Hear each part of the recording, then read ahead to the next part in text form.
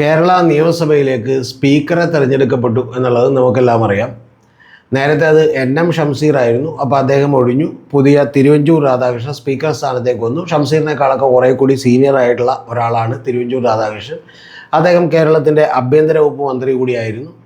അതുകൊണ്ട് തന്നെ അദ്ദേഹം നന്നായി അത് പെർഫോം ചെയ്യും എന്നുള്ള കാര്യത്തിലൊന്നും നമുക്ക് സംശയമില്ല. ചിലപ്പോഴൊക്കെ അദ്ദേഹം പറയുന്ന പേരുകളൊക്കെ തെറ്റിപ്പോകാറുണ്ട് എന്നുള്ളത് നമുക്കറിയാം. നസ്രിയ എന്നൊക്കെയുള്ള ഫഹദിൻ്റെ ഭാര്യയെക്കുറിച്ചൊക്കെ അദ്ദേഹം പറഞ്ഞപ്പോൾ വേറെന്തോ പേരായി പോവുകയാണ് ചെയ്തിട്ടുള്ളത്.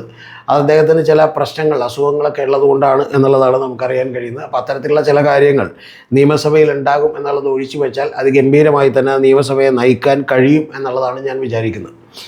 ഈ സ്പീക്കർ തെരഞ്ഞെടുപ്പിൽ 101 വോട്ടുകളാണ് പ്രിയപ്പെട്ട തിരുവഞ്ചൂർ രാധാകൃഷ്ണൻ കിട്ടിയത്. ഒരു വോട്ട് കിട്ടിയില്ല. ഒരു വോട്ട് ചെയ്യാതിരുന്നത് പ്രോട്ടേം സ്പീക്കറായിട്ടുള്ള ജി സുധാകരനാണ്. അദ്ദേഹം പ്രോട്ടേം സ്പീക്കറാണ്, തെരഞ്ഞെടുപ്പിൻ്റെ ചുമതല വഹിക്കുന്ന അദ്ദേഹമാണ്. അതുകൊണ്ട് അതിൻ്റെ ആവശ്യമില്ല എന്നുള്ളത് അദ്ദേഹം വിചാരിച്ചു. പിന്നെ അങ്ങനെ തെരഞ്ഞെടുപ്പിനൊക്കെ വോട്ട് ചെയ്യാറുള്ളത് പലപ്പോഴും വളരെ കൃത്യമായിട്ടുള്ള ഫൈറ്റ് വരികയും തുല്യമായി നിൽക്കുകയൊക്കെ ചെയ്ത ആളാണ്. ഇപ്പോൾ ഇതിൻ്റെ ഒന്നും ആവശ്യമില്ല. 101 വോട്ടുകളാണ് ഈ പറയുന്ന നമ്മുടെ പ്രിയപ്പെട്ട തിരുവഞ്ചൂർ രാധാകൃഷ്ണൻ കിട്ടിയത്. അതുപോലെ തന്നെ പ്രതിപക്ഷത്ത് നിന്ന് മത്സരിച്ച ആൾക്ക് കിട്ടിയത് 35ഓളം വോട്ടുകളാണ്. എന്ന് പറഞ്ഞാൽ അവരുടെ വോട്ടുകൾ കൃത്യമായിട്ട് അവർക്ക് തന്നെ കിട്ടി. പക്ഷേ ഏറ്റവും പ്രധാനപ്പെട്ട കാര്യം, ഈ കേരളത്തിൻ്റെ ചരിത്രത്തിൽ ആദ്യമായി സ്പീക്കർ തെരഞ്ഞെടുപ്പിൽ 3 പേർ മത്സരിച്ചു എന്നുള്ളതാണ് ഏറ്റവും പ്രധാനപ്പെട്ട കാര്യം. ആ 3 പേർ മത്സരിച്ചപ്പോൾ അതിൽ ഏറ്റവും പ്രധാനപ്പെട്ടത് 3 വോട്ടുകൾ കൂടി അയാൾക്ക് കിട്ടി. അത് മത്സരിച്ചത് ഗോപകുമാറാണ്. ഗോപകുമാർ നമുക്കെല്ലാം അറിയുന്നത് പോലെ BJP-യിൽ നിന്ന് ഇത്തവണ 3 പേർ മത്സരിച്ച് ജയിച്ചിട്ടുണ്ട്. ഒന്ന് രാജീവ് ചന്ദ്രശേഖരാണ്, രണ്ടാമത്തേത് വി മുരളീധരനാണ്. അവരെക്കാൾ യഥാർത്ഥത്തിൽ ജൂനിയർ ആയിട്ടുള്ള ഒരാളാണ് ഗോപകുമാർ. അദ്ദേഹം കൊല്ലം ജില്ലയിലെ ചാത്തന്നൂരിൽ നിന്നുമാണ് തിരഞ്ഞെടുക്കപ്പെട്ടത്. ഇത്തവണ ഏതാണ്ട് തിരഞ്ഞെടുക്കപ്പെടും എന്നുള്ളത് ഏതാണ്ട് ഉറപ്പായിരുന്നു. അദ്ദേഹം SNDP-യുടെ അവിടുത്തെ പ്രാദേശിക നേതാവ് കൂടിയാണ്. അപ്പോൾ അദ്ദേഹമാണ് തിരഞ്ഞെടുക്കപ്പെട്ടത്. കഴിഞ്ഞ 2 തവണയും അദ്ദേഹം വളരെ ചെറിയ ഭൂരിപക്ഷങ്ങൾക്ക് തൊട്ട് താഴെ വന്നതാണ് എന്നുള്ളത് കൂടി ഒരു യാഥാർത്ഥ്യമുണ്ട്. അപ്പോൾ അതാണ് ഈ പറയുന്ന അവിടെ തെരഞ്ഞെടുപ്പിൽ സംഭവിച്ചത്. എനിക്ക് നിങ്ങളോട് പറയാനുള്ളത്, ഇത് യഥാർത്ഥത്തിൽ ഒരു ടീസറോ അല്ലെങ്കിൽ ട്രെയിലറോ ആയി കണ്ടാൽ പോലും നിങ്ങൾ കാണാൻ പോലും മടിക്കേണ്ടതില്ല എന്നുള്ളതാണ് എനിക്ക് പറയാനുള്ളത്. അതിൻ്റെ പ്രധാനപ്പെട്ട കാര്യം, ഭാവിയിലേക്ക് ഒരു BJP-യുടെ നിരവധി MLA-മാർ ഇവിടെ ഉണ്ടാവുകയും ഒരു മുഖ്യമന്ത്രിയെ തിരഞ്ഞെടുക്കുകയും ചെയ്തേക്കും. ചിലപ്പോൾ അത് 2031 സംഭവിച്ചേക്കാം, അല്ലെങ്കിൽ 36 സംഭവിക്കുമോ എന്നുള്ളത് മാത്രമേ നമുക്ക് നോക്കാനുള്ളൂ. അതിൻ്റെ പ്രധാനപ്പെട്ട കാര്യമെന്ന് പറയുന്നത്, ഇത്തവണത്തെ കോൺഗ്രസ് ജയിച്ചിട്ടുള്ള തെരഞ്ഞെടുപ്പിൽ പോലും വലിയ തോതിൽ വർഗീയത നടമാടിയിട്ടുള്ള ഒരു തെരഞ്ഞെടുപ്പാണ്. അത്തരത്തിലുള്ള പ്രചരണം കൊടുത്തിട്ടുള്ള ഒരു തെരഞ്ഞെടുപ്പാണ്. ആ തെരഞ്ഞെടുപ്പിൻ്റെ ഭാഗമായിട്ട് ഇത്തവണ ജമാഅത്തെ ഇസ്ലാമിയും അതുപോലെ തന്നെ മുസ്ലിം ലീഗും അടക്കമുള്ള ന്യൂനപക്ഷങ്ങളെല്ലാം തന്നെ ഏകോപിപ്പിക്കാനും 2019 നേടിയിട്ടുള്ള വിജയത്തിൻ്റെ അടുത്തേക്ക് എത്താനും ഒക്കെ തന്നെ കോൺഗ്രസ്സിന് കഴിഞ്ഞിരിക്കുന്നു എന്നുള്ളത് ഏറ്റവും കൃത്യമായിട്ടുള്ള കാര്യമാണ്.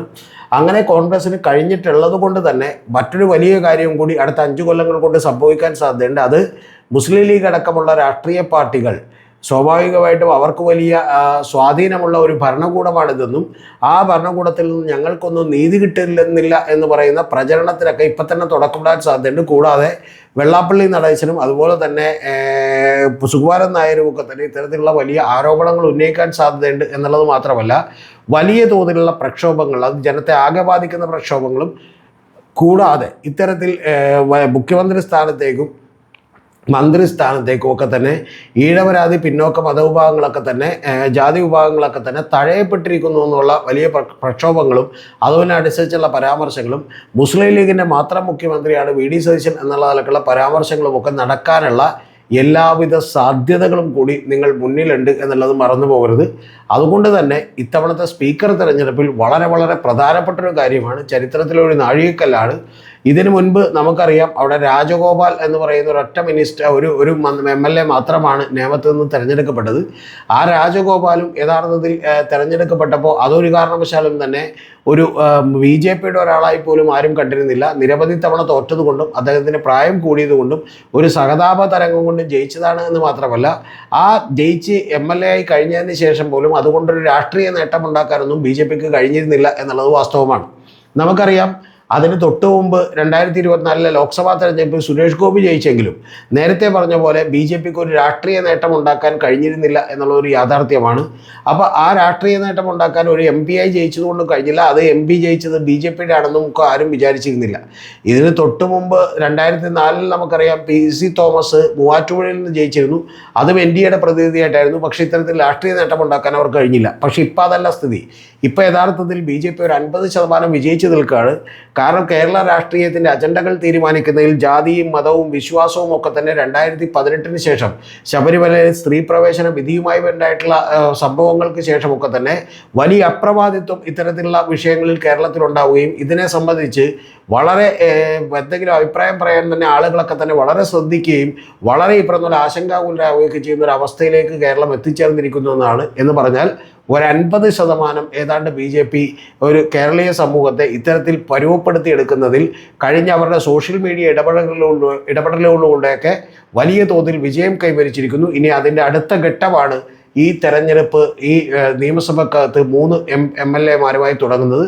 ആ 3 MLA-മാരിൽ തന്നെ ഇപ്പോൾ ചെറിയ തർക്കങ്ങളൊക്കെ ഉണ്ട്. പാർലമെൻ്ററി പാർട്ടി ലീഡറായി ആരെ തിരഞ്ഞെടുക്കണം, അത് വി മുരളീധരൻ വേണോ രാജീവ് ചന്ദ്രശേഖരൻ വേണോ എന്നുള്ള കാര്യത്തിലൊക്കെ സംശയമുണ്ട്.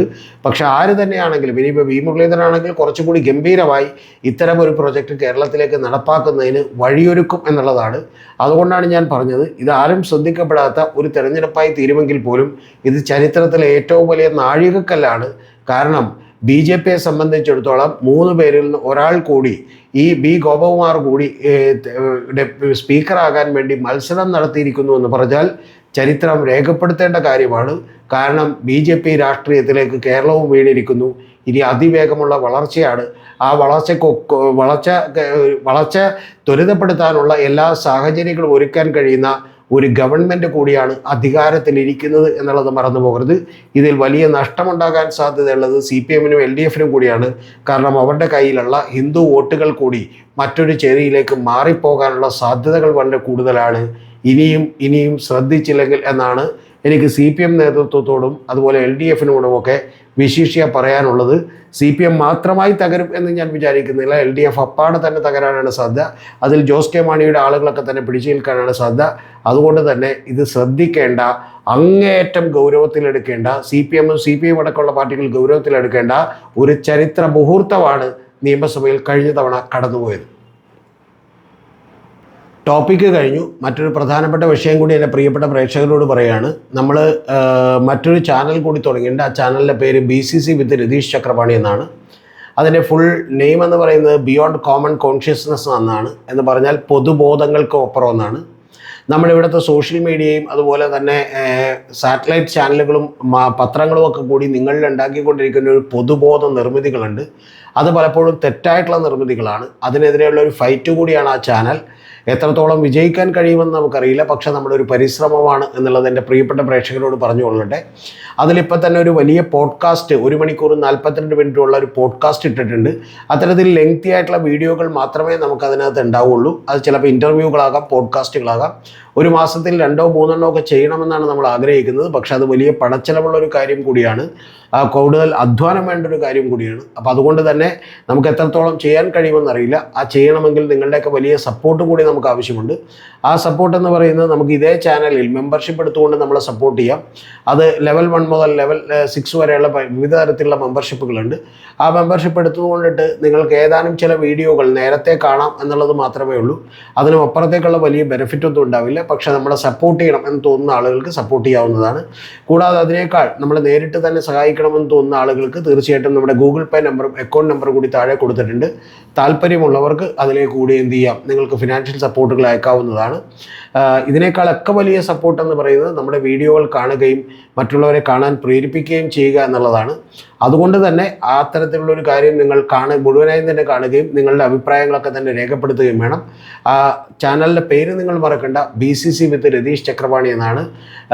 ഇപ്പോൾ 2021 അധികാരത്തിലേക്ക് എത്തിയ പിണറായി വിജയനെ കഴിഞ്ഞ 5 കൊല്ലങ്ങൾ കൊണ്ട് വളരെ സിസ്റ്റമിക്കായി, വളരെ സിസ്റ്റമാറ്റിക്കായി, വളരെ മെറ്റിക്കുലസായി പ്ലാൻ ചെയ്തുകൊണ്ട് എങ്ങനെയാണ് അദ്ദേഹത്തിൻ്റെ ഇമേജ് തകർത്തത് എന്നുള്ളതിനെക്കുറിച്ച് ഓരോരുത്തരും അറിയേണ്ട ഞെട്ടിക്കുന്ന ഗൂഢാലോചനകളുടെ കഥകളാണ് അതിനകത്തുള്ളത്. അതുകൊണ്ട് എല്ലാവരും തന്നെ കാണുക, അഭിപ്രായങ്ങൾ രേഖപ്പെടുത്തുക.